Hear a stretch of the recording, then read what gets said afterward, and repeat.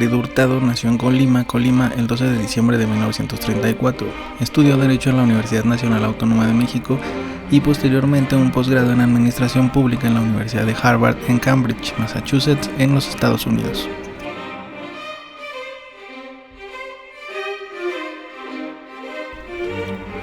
Su carrera como funcionario público empezó muy temprano, al concluir su posgrado, y por lo tanto es larga también. Trabajó en el Banco de México y como maestro en la UNAM. Luego fue secretario de Finanzas en 1965, entre el 70 y 72 trabajó en Pemex y así trabajaría en varios cargos políticos hasta que en 1979 José López Portillo lo invita a integrarse a su gabinete como secretario de Programación y Presupuesto,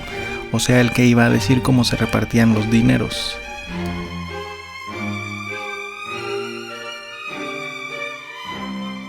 A pesar de que de la Madrid no tenía experiencia como político en cargo de elección popular, José López Portillo decidió que este fuera el candidato de su partido para las elecciones de 1982, ya que se buscaba una persona experta en negocios, un giro total a lo que representaba López Portillo, quien fue severamente criticado al no ser un experto en finanzas ni economía.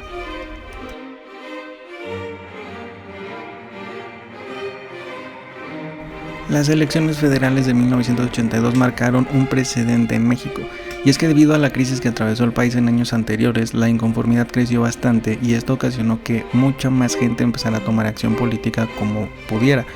En estas elecciones, al contrario de las pasadas, donde solamente se presentaba uno o dos candidatos, se presentaron hasta 5 candidatos oficiales que llegaron a estar en las boletas.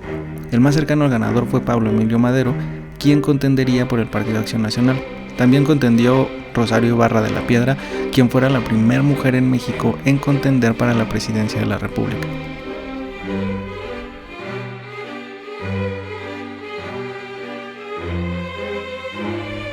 Las elecciones de 1982 también serían las más costosas hasta ese momento para el Partido Revolucionario Institucional.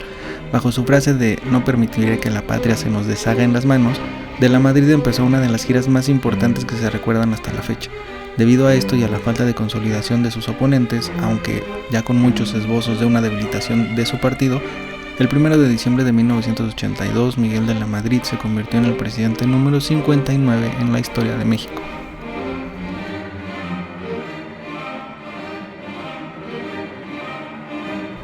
De la Madrid no pudo con la debacle que se venía gestando desde hace varios años y que heredaría de su predecesor. En 1982 empezaría la caída del dólar que hasta la fecha, casi 40 años después, no se ha podido detener, acrecentándose cada vez más en los últimos 20. Consecuencia de todo esto, su gobierno también tuvo que lidiar con el aumento de desempleo en un 25% y la negativa de las empresas extranjeras a invertir en el mercado nacional. No fue hasta que en 1986, después de casi 3 años de duras negociaciones, México sería admitido al Acuerdo Nacional sobre Aranceles Aduaneros y Comercio, el GATT, lo cual representaba una pequeña luz para la economía mexicana y fue sin duda el punto más alto durante su administración.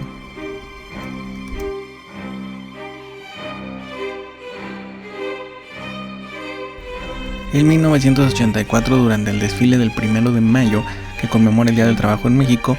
el presidente Miguel de la Madrid se encontraba en el balcón del Palacio Nacional observando el festejo junto con varios invitados.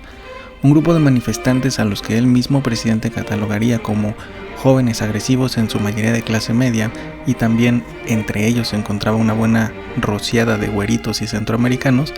lanzó 3 proyectiles al palacio, una bomba molotov y una bomba de humo que pegaría en la fachada, pero una segunda bomba molotov entraría por la ventana y le causaría quemaduras a Alejandro Carrillo Castro, en ese entonces director del Instituto de Seguridad y Servicios Sociales de los Trabajadores del Estado.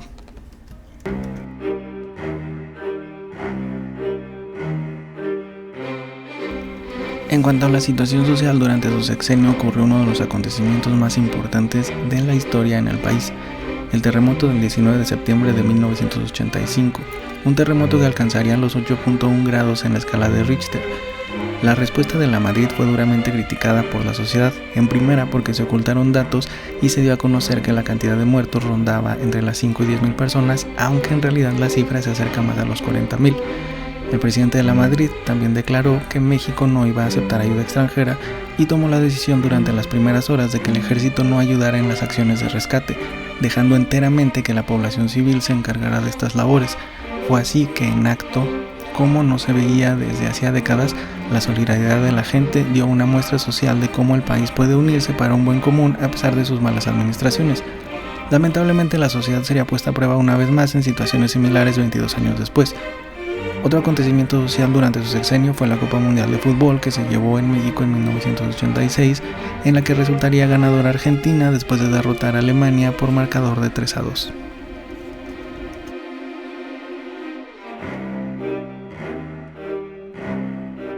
Posterior a su gobierno ocuparía el cargo de director del Fondo de Cultura Económica, el cual intentó modernizar y dio subsidios muy importantes al área de literatura, cine y hasta televisión.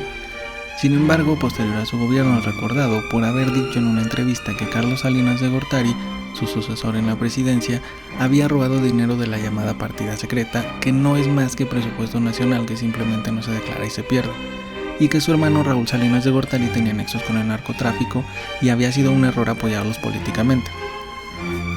2 horas después de que la entrevista saliera al aire, los líderes del PRI, incluyendo a Emilio Gamboa Patrón y sus hijos Enrique y Federico de la Madrid, fueron a la casa del expresidente a exigirle que se retractara de sus declaraciones, ya que éstas afectarían al partido. Ese mismo día, de la Madrid dio a conocer una carta en la que se retractaba públicamente de sus declaraciones, alegando que en ese momento no había podido procesar bien las preguntas que la periodista Carmen Aristegui le había hecho.